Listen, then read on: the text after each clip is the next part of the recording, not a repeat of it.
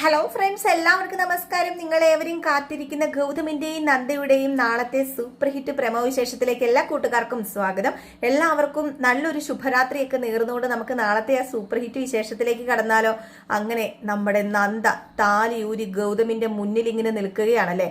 അങ്ങനെ കഴുത്തിൽ നിന്ന് താലി ഊരിയിട്ട് ഇനി ഒരിക്കലും എനിക്ക് നിങ്ങളുമായിട്ട് യാതൊരു ബന്ധവുമില്ല, ഒരു പോലീസുകാരന്റെ മകളാണ് ഞാൻ, ആ നിലയ്ക്ക് എനിക്ക് വേറെ ഒന്നും ചെയ്യാനില്ല, നിങ്ങളെയും അതുപോലെ തന്നെ അഭിരാമി എന്ന അഖിലയെയും പോലീസിനെ ഏൽപ്പിക്കുക എന്നതാണ് എൻ്റെ ഉത്തരവാദിത്തം.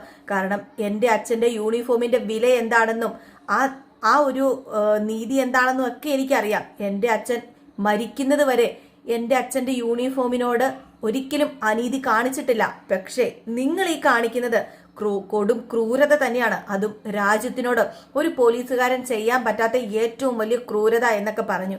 ഏതായാലും ഇതൊക്കെ പറഞ്ഞിട്ടാണ് ആ താലിമാല അങ്ങോട്ട് ഊരി അങ്ങോട്ട് കയ്യിൽ അങ്ങോട്ട് ഇങ്ങനെ അങ്ങ് പിടിച്ചോണ്ട് നിൽക്കുന്നത്. അപ്പൊ നമ്മുടെ ഗൗതം പറയുന്നുണ്ട്, നന്ദ നീ എന്താ നന്ദ ഈ കാണിക്കുന്നത്?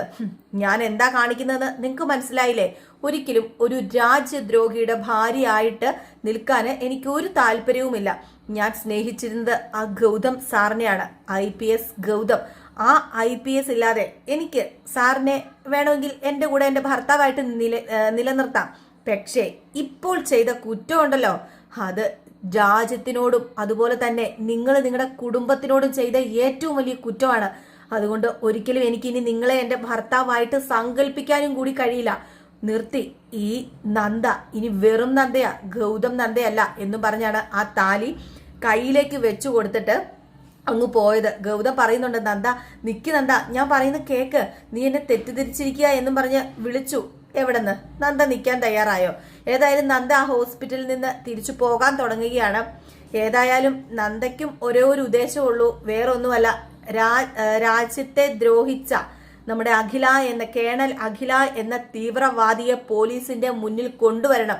താനൊരു പോലീസ് ഉദ്യോഗസ്ഥന്റെ മകളായതുകൊണ്ട് തന്നെ ഒരിക്കലും തന്റെ രാജ്യത്തിനോട് അനീതി ചെയ്യാനായിട്ട് നന്ദയ്ക്ക് കഴിയില്ല. അതുകൊണ്ട് നന്ദയുടെ തീരുമാനം അത് തന്നെയാണ്. അപ്പോൾ നമ്മുടെ അർജുനാണെങ്കിൽ അഭിരാമിനെ കാണുകയും അഭിരാമിയോട് സംസാരിക്കുകയൊക്കെ ചെയ്തു. അഭിരാമി പറയുകയാണ്, എനിക്ക് വേറെ ഒന്നും വേണ്ട അർജുൻ, എനിക്ക് ഈ സമൂഹത്തിൽ ജീവിക്കണ്ട, ഞാൻ കീഴടങ്ങാൻ തയ്യാറാണ്. പക്ഷേ എൻ്റെ ഈ കുഞ്ഞിനെ എനിക്ക് പ്രസവിക്കണം, ആ കുഞ്ഞിനെ ഒരു നോക്ക് എനിക്ക് കാണണം. ഒരിക്കലും ഈ കുഞ്ഞ് ജയിലിൽ വളരാൻ പാടില്ല. ആ ഒരു ഇത് മാത്രമാണ് ഞാൻ ഗൗതമിനോട് ആവശ്യപ്പെട്ടത്. അത് പ്രകാരം ഗൗതം എന്നെ സേഫ് ആയിട്ട് ഇവിടെ ഇപ്പൊ നിർത്തിയിട്ടുണ്ടെങ്കിൽ അത് ആ കുഞ്ഞിന് വേണ്ടി മാത്ര, അല്ലാതെ രാജ്യദ്രോഹിയായ എനിക്ക് വേണ്ടിയല്ല ഒരിക്കലും. അതുകൊണ്ട് ആ പഴയ ആമിയായിട്ട് അർജുൻ എന്നെ കാണണം, എന്നിട്ട് രക്ഷിക്കണം, വേറൊന്നിനുമല്ല. ഈ കുഞ്ഞിനെ പ്രസവിക്കുന്ന ആ സമയം വരെ മാത്രം എന്റെ കൂടെ നിൽക്കണം എന്ന് പറഞ്ഞു.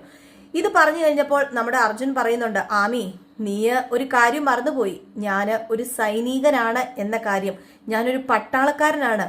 ആ പട്ടാളക്കാരൻ എന്ന നിലയിൽ എനിക്ക് രാജ്യത്തെ ദ്രോഹിക്കുവാനോ ഇതൊക്കെ കണ്ടില്ല കേട്ടില്ല എന്ന് നടിക്കുവാനോ ഒന്നും എനിക്ക് സാധിക്കില്ല.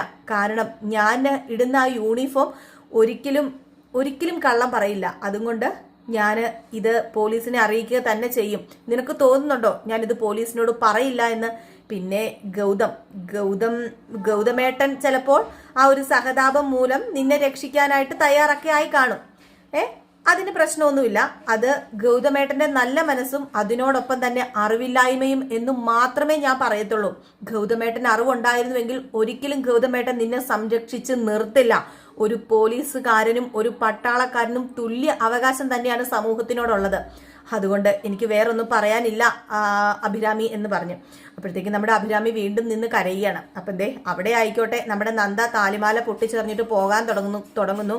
ഗൗതം ആ ഒരു സീനിൽപ്പെട്ട ആകെ അവശനായിട്ട് നിൽക്കുന്നു. പക്ഷേ ഇതേ സമയം നമ്മുടെ ഗൗതം എത്തുമ്പോഴേക്കും പോലീസ് എത്തുന്നുണ്ട്. എവിടെ എത്തുന്നുണ്ട്? നമ്മുടെ അഭിരാമിയുടെ അടുത്ത് പോലീസ് എത്തുന്നുണ്ട്. നന്ദയാണോ അർജുനാണോ പോലീസിനെ പറഞ്ഞു വിടുന്നത്? ഇവര് രണ്ടുപേരുമല്ലാതെ ഇനിയിപ്പോൾ പിങ്കിയാണോ പോലീസിനെ പറഞ്ഞു വിടുന്നത്? ഏതായാലും അഭിരാമീനെ പോലീസ് പിടിക്കുക തന്നെ ചെയ്യുന്നുണ്ട്.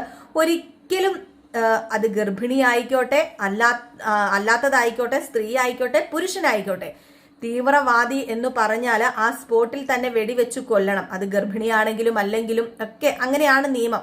അപ്പൊ അതുകൊണ്ട് തന്നെ നിയമത്തിനൊരിക്കലും നിരക്കാത്ത കാര്യം നമ്മുടെ അർജുൻ ചെയ്യില്ല. നമ്മുടെ ഗൗതമിനെ എങ്ങനെയെങ്കിലും രക്ഷപ്പെടുത്തണം. ഇനി അർജുൻ അതാണ് ഒരേ ഒരു ഉദ്ദേശം എന്ന് പറഞ്ഞാല് ക്യാപ്റ്റൻ അഖിലയെ രക്ഷിക്കുക എന്നതോ കുഞ്ഞിനെ രക്ഷിക്കുക എന്നതോ ഒന്നുമല്ല. തന്റെ ഏട്ടൻ ചെയ്തിരിക്കുന്നത് അങ്ങേയറ്റത്തെ നെറുകേടാണ്. അത് പുറം ലോകം അറിഞ്ഞാൽ, ഡിപ്പാർട്ട്മെന്റിൽ അറിഞ്ഞു കഴിഞ്ഞിട്ടുണ്ടെങ്കിൽ അത് വലിയ പ്രശ്നം തന്നെയാവും. അപ്പൊ അതിനു മുമ്പ് തന്നെ ചെവി അറിയാതെ പ്രശ്നങ്ങളൊക്കെ മാറ്റണം എന്ന ആ ഒരു ചിന്തയാണ് പെട്ടെന്ന് നമ്മുടെ അർജുനിൽ എത്തുന്നത്. പക്ഷെ അർജുന് കാര്യങ്ങളൊക്കെ മനസ്സിലാവുന്നുണ്ട്, അവിഹിതമല്ല എന്നൊക്കെ അറിയാം. പക്ഷെ ഇപ്പോഴും നമ്മുടെ നന്ദ അവിഹിതമാണെന്നും പറഞ്ഞുകൊണ്ടാട്ടോ ഇരിക്കുന്നത്. അപ്പൊ അങ്ങനെ കുറച്ച് സീനുകളൊക്കെ കാണിക്കുന്നുണ്ട്. പിന്നെ കാണിക്കുന്ന സീൻ എന്ന് പറഞ്ഞാല് അങ്ങനെ ഹോസ്പിറ്റലിൽ നിന്നും നന്ദ നേരെ ചെല്ലുന്നത് ഇന്ദീവരം തറവാട്ടിലേക്ക് തന്നെയാണ്. അവിടെ എല്ലാവരും പേടിച്ചു വിറച്ച് നിൽക്കുകയാണ്.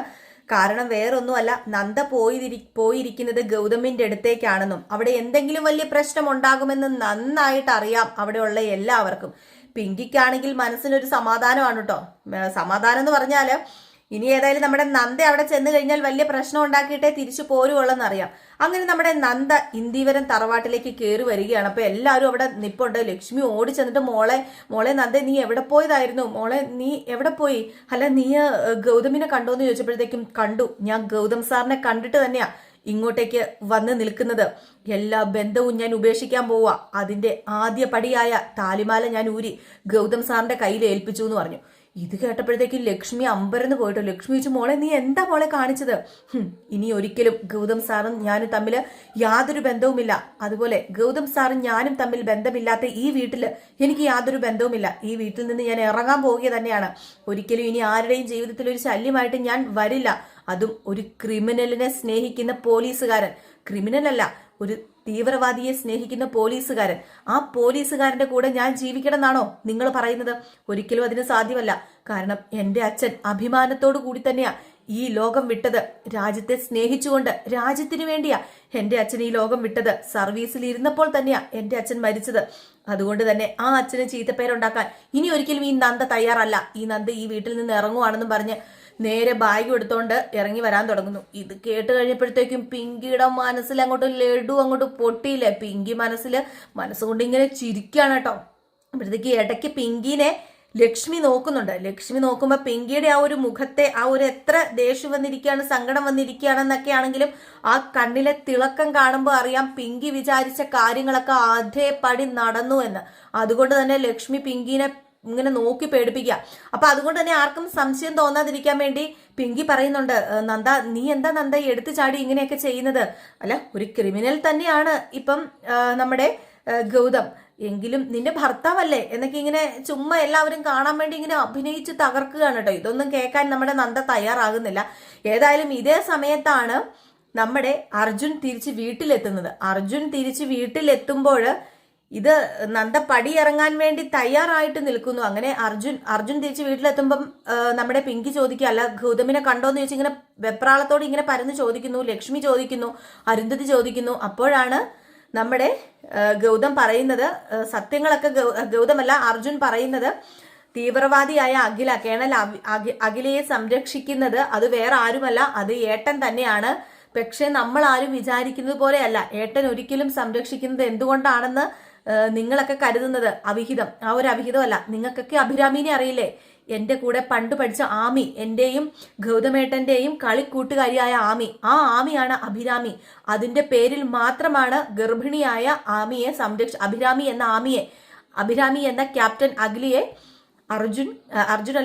നമ്മുടെ ഗൗതം സംരക്ഷിക്കുന്നത് എന്ന് അവിടെ പറയുകയാണ്. ഇത് കേട്ട് കഴിയുമ്പോഴത്തേക്കും ചങ്ക് തകർന്ന് പിടച്ചു നിൽക്കുന്ന നമ്മുടെ നന്ദ, കയ്യിൽ നിന്നെല്ലാം പോയല്ലോ എന്റെ ഈശ്വര, ഞാൻ ഗൗതം സാറിനോട് പറഞ്ഞതൊക്കെ വലിയൊരു അബദ്ധമായി പോയല്ലോ, ഞാൻ വലിയൊരു മഹാപാവമാണല്ലോ ചെയ്തത് എന്നൊക്കെ നമ്മുടെ നന്ദയ്ക്ക് ആ ഒരു സ്പോട്ടിൽ മനസ്സിലാവുകയാണ്. അതിനിടയിൽ തന്നെ നമ്മുടെ അഭിരാമിനെ പോലീസ് പിടിക്കാനും എത്തുന്നുണ്ട് കേട്ടോ. അപ്പൊ അതിനിടയിൽ പോലീസ് പിടിക്കാൻ എത്തുന്നു, അഭിരാമിനെ പോലീസ് കൊണ്ടുപോകുന്നുണ്ട്, നമ്മുടെ ഗൗതമിനെ രക്ഷിക്കുന്നുണ്ട് അർജുന്റെ ആ ഒരു തന്ത്രപരമായ നീക്കങ്ങളാണ് ഇതിനെല്ലാം സത്യം പറഞ്ഞ കാരണം. അല്ലെങ്കിൽ ഒരിക്കലും നമ്മുടെ ഗൗതം രക്ഷപ്പെടില്ല. ഒരു പോലീസുകാരൻ തീവ്രവാദിയെ രക്ഷിച്ചു എന്ന് പറഞ്ഞിട്ടുണ്ടെങ്കിൽ ആ തീവ്രവാദിനേക്കാളും കുറ്റവാളിയായിട്ട് ആ പോലീസുകാരനെ മാറ്റുക തന്നെ ചെയ്യും സമൂഹം. അപ്പൊ ഇതൊക്കെ കൂട്ടിച്ചേർത്തുകൊണ്ട് ഒരു അടിപൊളി വിശേഷമാണ് നാളെ വരാൻ പോകുന്നത്. അപ്പൊ എല്ലാവരും കാത്തിരിക്കുക അടിപൊളി വിശേഷത്തിനായിട്ട്. നാളെ രാവിലെ കാണുന്നവരെ എല്ലാവർക്കും Tata, bye bye and good night.